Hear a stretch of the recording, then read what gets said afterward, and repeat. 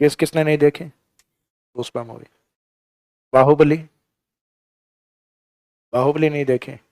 देखो ये भारत की कुछ ऐसी, मैं ऐसा नहीं कहता कि फिल्में देखना जरूरी है, लेकिन भारत की ऐसी मूवीज हैं जो वास्तव में भारतीय सिनेमा को, वास्तविकताएं है नहीं है, सेकेंडरी है। कई मूवी में लगभग अपने को पता है 90% काल्पनिक घटनाओं पे ही होती हैं, ज्यादातर 99% ही होती हैं काल्पनिक घटनाओं पे। लेकिन उसमें हमें कहीं ना कहीं वो दिखता है कि वास्तव में इंडिया, भारतीय सिनेमा कहाँ तक पहुंचा है।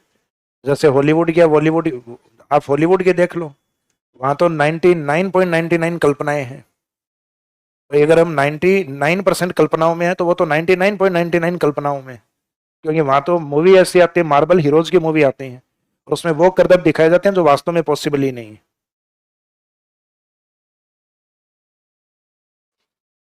तो फिल्में देखा करो, क्या कह रहे हो? हाँ बोलो, मैं कौन सा जेड जी हूँ, एक बार और बोल दो तो। हाँ, कहाँ आगे से बोल रहा था क्या? कौन सी? सैयारा देखी थी? तो सैयारा भी अच्छी थी मूवी।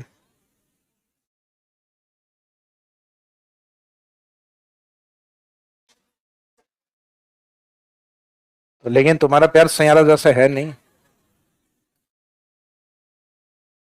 सैयारा किसने नहीं देखे? नहीं देखी? मूवी देखते ही नहीं हो? खूब देखते हो? अच्छा सजेस्ट, तो आप वाली सजेस्ट करना भी मत आप। हाँ, आ जाओ।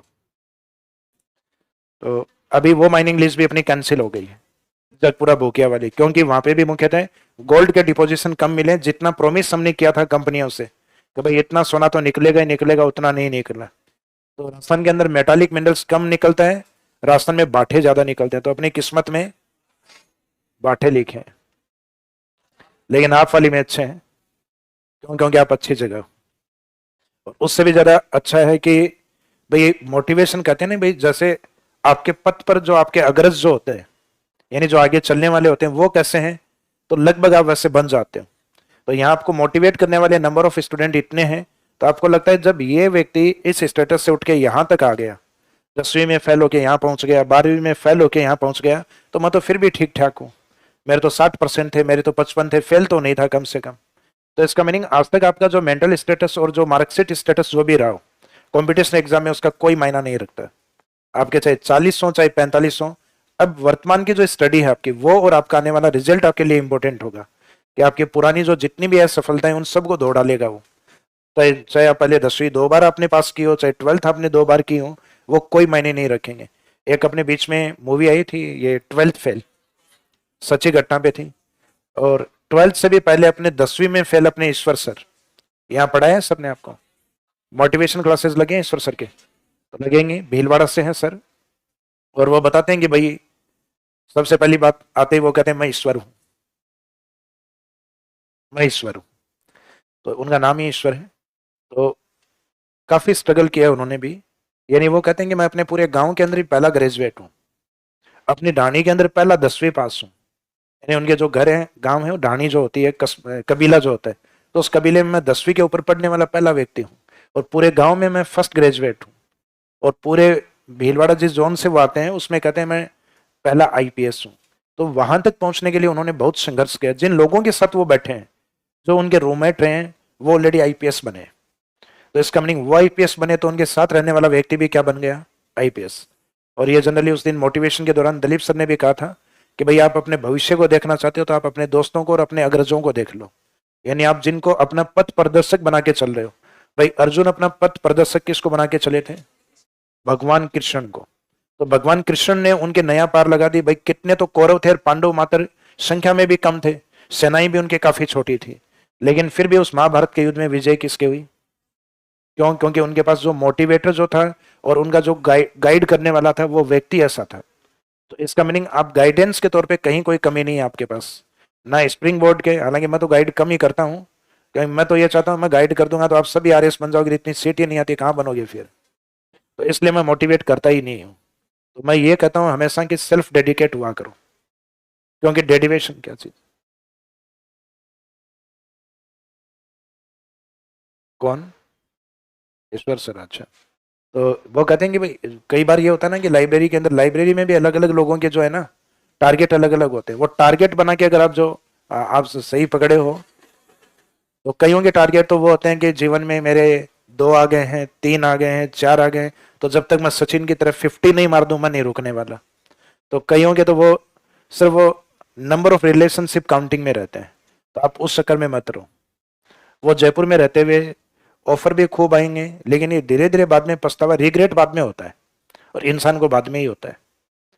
तो ये जीवन में अगर पढ़ते हुए ऐसे रिग्रेट आए तो सहन कर लो, लेकिन पढ़ाई भी नहीं करे और बाद में ऐसे रिग्रेट आए तो बाद में एक दिन आप इतने मायूस हो जाओगे। हमने बहुत सारे लोगों को देखा है, और हम ये बातें इसलिए बता रहे हैं क्योंकि हम लोगों ने आप लोगों के जीवन को लगभग अब से 18-20 साल पहले जी लिया है। क्योंकि ये जीवन जो अभी आप लोगों की उम्र यही होगी, शायद एवरेज 18-20 साल के होंगे आप लोग, तो ये उम्र हमारी अब से 20 साल पहले थी। तो इसका मीनिंग अब हम आ गए लगभग 38-40 के आसपास। तो ये अनुभव हमारे पास इसलिए है क्योंकि हमने भी जयपुर को देखा है। लगभग जितनी भी फैकल्टीज हैं वो लगभग जयपुर में रही हुई हैं, अब भी जयपुर में रह रहे हैं। तो इन चीज़ों से थोड़ा सा अपने आप को सेल्फ डेडिकेट रखो। आप ये नहीं कि बार बार मोटिवेशन की डिमांड करो। मोटिवेशन एक गुब्बारा होता है। मैं मोटिवेशन को एक हवा मानता हूँ जो आप में, आप पंप करके एक व्यक्ति को हम बुला के और घंटे भर ऐसी जोशीली बातें करके, जिसमें आप यहाँ से निकलोगे, जाके अपनी टेबल को साफ करोगे, सारी किताबें अंदर, सिर्फ टेबल पे 2 किताबें, आपका एक टाइम टेबल तुरंत बन जाएगा आधे घंटे में, और अगले 3 दिन बाद में फेल। ये टाइम टेबल बनाते हैं ना, बीच में एक बार रीट का एग्जाम था, और आपका कोरोना वाला टाइम पीरियड था, उस समय एक टाइम टेबल वायरल हुआ था कि मैं सुबह उठ के 1 घंटे हिस्ट्री पढ़ूंगा, फिर 15 मिनट चाय और 5 मिनट बीड़ी पीऊंगा, फिर अगले 2 घंटे मैं ज्योग्राफी पढ़ूंगा, और उसके बाद में खाना बना के, और फिर मैं खाना खा के, और उसके बाद में एक बीड़ी पी के, और फिर बाद में वापस पढ़ने बैठूंगा। बीच में एक वायरल हुआ था, लगभग 13-14 घंटे का एक टाइम टेबल बना रखा था। तो कहते हैं जो रीट टीचर ग्रेड एग्जाम जो स्टूडेंट कर रहा होता है वो एक काफी लंबा संघर्ष कर रहा होता है, क्योंकि टीचर ग्रेड आसानी से नहीं बनता। टीचर ग्रेड के लिए आपके पास एक क्वालिफिकेशन होनी चाहिए आपके एजुकेशन के बाद, जो आपकी बीएसटीसी या बीएड होती है, उसका भी एक एग्जाम देना होता है। फिर उसके भी 2 साल आपको डिग्री या जो भी आपका कोर्स है वो करना होता है। फिर उसके बाद में आपको एक प्रीलिम्स एग्जाम देना होता है रीट, वो क्वालिफाई कर जाते हो तो फिर आपकी वैकेंसी आती है, वो देना होता है। यानी उस एक वैकेंसी के लिए आपको कितनी प्री एग्जाम देनी पड़ रही है।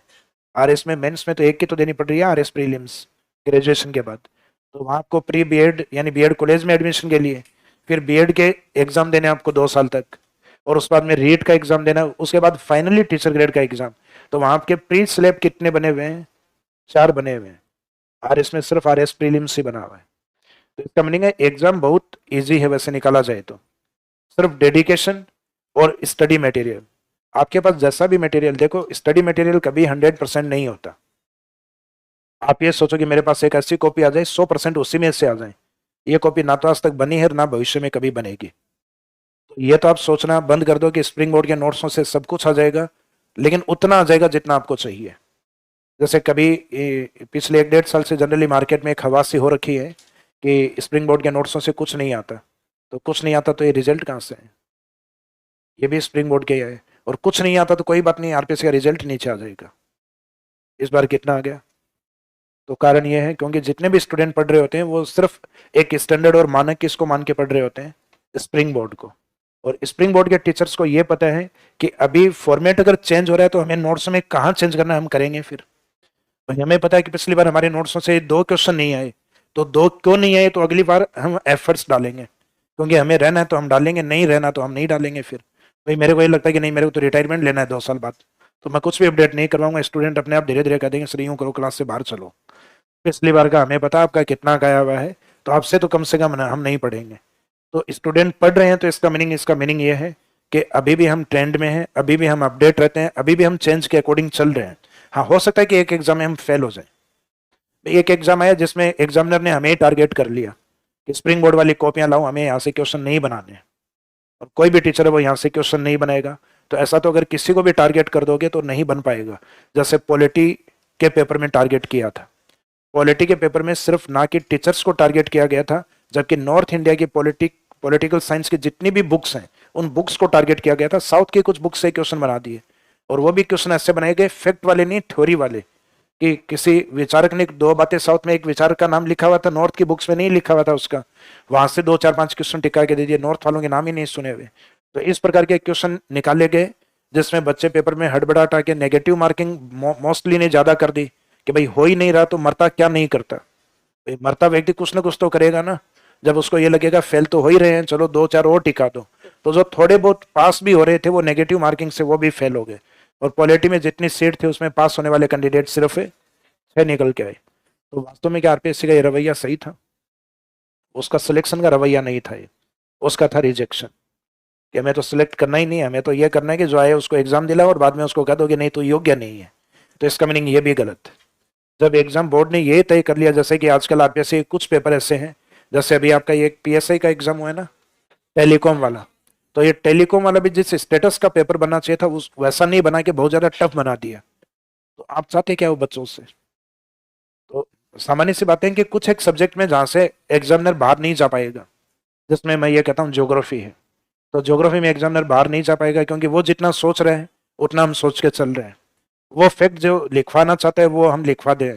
हाँ, हो सकता है कि वो कोई अप्लाइड बात लिखे, वो बात हमने लिखवाई नहीं हो लेकिन वो समझाई जरूर है आपको। तो इसका मीनिंग है ज्योग्राफी में इसलिए आपको वो मार्क नहीं दे सकता, लेकिन हिस्ट्री में, पॉलिटी में, इसमें इतने सारे फैक्ट हैं कि आप चाहकर भी याद नहीं रख पाओगे। तो इसका मीनिंग उस पेपर में, उस पेपर में अपनी इतनी अप्रोच नहीं बन पाती। तो आरपीएससी आजकल अपने एक अलग रवैये पे चल रही है, लेकिन स्प्रिंग बोर्ड उसी रवैये पे चलने का प्रयास कर रहा है।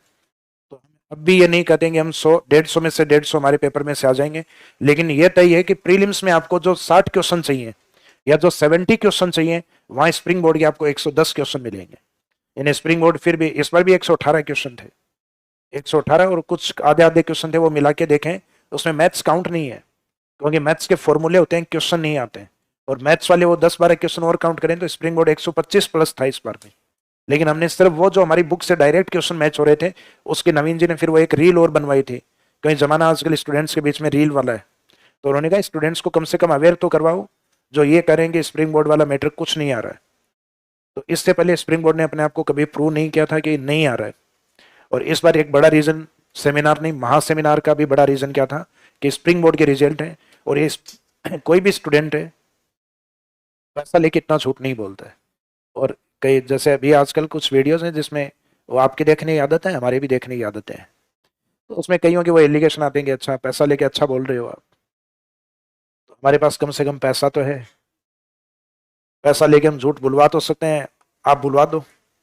तो इसका मीनिंग यहाँ वो स्टूडेंट है जो किसी न किसी माध्यम से जुड़ा हुआ है, वो चाहे शुरुआत से जॉब करते हुए टेस्ट सीरीज के माध्यम से, क्योंकि वो क्लासेज में नहीं बैठ सकता, क्लासेज उसने पहले पढ़ रखे हैं, सेल्फ स्टडी कर रखे हैं, उसने सिर्फ प्रीलिम्स के टेस्ट सीरीज या मेंस के टेस्ट पेपर यहाँ से लिखे हैं, गाइडेंस प्रोग्राम उसने यहाँ से लिया है। तो इसका मीनिंग वो part of spring board. Spring board ने किसी भी स्टूडेंट को ना तो बुलाए, एक बार का मुझे याद है, नाम नहीं लूंगा क्योंकि जो जॉब कर रहे हैं वो भी अपने आप में आरएस के फर्स्ट रैंक थे, किस साल थे ये भी नहीं बताऊंगा क्योंकि आप निकाल लोगे, सर्च कर लोगे। तो वो फर्स्ट रैंक स्प्रिंग बोर्ड से थी कि स्प्रिंग बोर्ड को ये लगा कि हमारा नाम लेंगे। भाई हर हर किसी को आशा होती है, भाई आप जिस घर से हो तो आप जैसे ही सिलेक्ट होते हो तो मम्मी पापा को ये खुशी होती है कि बेटा हमारा नाम लेगा, कि मम्मी पापा ये कारण हम, और आप कहते हो मैं तो अपने दोस्तों के कारण सफल हुआ हूँ, तो घर वालों को लगेगा ये लो हम तो झूठे इसको 15,000 रुपए 20,000 रुपए महीने के। तो इसका मीनिंग अपना दायित्व, एक नैतिक दायित्व ये बनता है, भले उन्होंने हमें कोऑपरेट किया हो या नहीं किया हो, इस दुनिया में लाने वाले वही है। तो इसका मीनिंग पहला कोऑपरेट और पहला जो जाना चाहिए, सबसे पहली शाबाशी तो आप स्वयं को दो, क्योंकि आप रेगुलर रहे थे, आपने अपनी निरंतरता को बनाए रखा था। तो आपकी जो कंसिस्टेंसी जो है, निरंतरता जो है, वो सिलेक्शन का पहला रीजन होती है। उसके बाद में सेकंड मॉरल सपोर्ट होता है घर वालों का, क्योंकि कई बार क्या होता है घर वाले भी साथ नहीं दे रहे होते हैं, तो आपकी निरंतरता कंटिन्यूस है तो आप सेलेक्ट हो जाओगे। लेकिन घर वाले भले ही कितना साथ दो और आपकी निरंतरता अगर नहीं है तो आप सिलेक्ट नहीं हो पाओगे। तो इसका मीनिंग फाइनली सिलेक्शन का जो रीजन है वो आप लोग ही हो, कोई इंस्टीट्यूट नहीं है। तो इसका क्रेडिट स्प्रिंग बोर्ड ने डायरेक्ट नहीं लिया, स्टूडेंट्स ने आके बताया कि सर हम आपके स्टूडेंट हैं। तो मेरे को आज भी ध्यान है कि वो फर्स्ट रैंकर वाले उन्होंने ये नहीं कहा, उन्होंने एक्स किसी कोचिंग में जाके कहा कि मैंने यहाँ से पढ़ाई की है और मैं फर्स्ट रैंकर यहाँ से हूँ।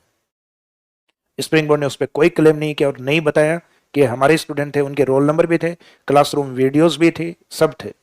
लेकिन फिर भी, तो इसका मीनिंग हमने तो उस स्टूडेंट के ऊपर भी दावा नहीं किया जो हमारा था, क्योंकि उसने अपने आप को कहीं और रिप्रेजेंट कर दिया कि मैं यहाँ का नहीं था। तो इसका हमारा दायित्व बनता है कि जो अपने आप में जहाँ जाना चाह रहे हैं वहां जाओ। तो इस बार जो स्टूडेंट स्प्रिंग बोर्ड के ईमानदार स्टूडेंट थे, उन्होंने आके खुद कहा कि हम यहीं के स्टूडेंट थे और हम आके मंच पे स्टूडेंट्स को बताना चाहते हैं कि हमने पढ़ाई कैसे की। तो उस एवज के अंदर इस बार सेमिनार के बजाय हमने मास सेमिनार आयोजित किया था।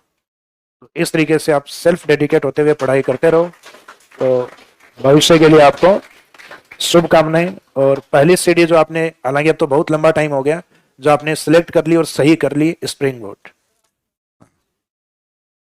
क्या कर रहे हो इस बार? आप कितने एग्जाम में पास हुए हो ये पूछा है क्या अभी? किसी फाइनली किसी में भी नहीं हुआ।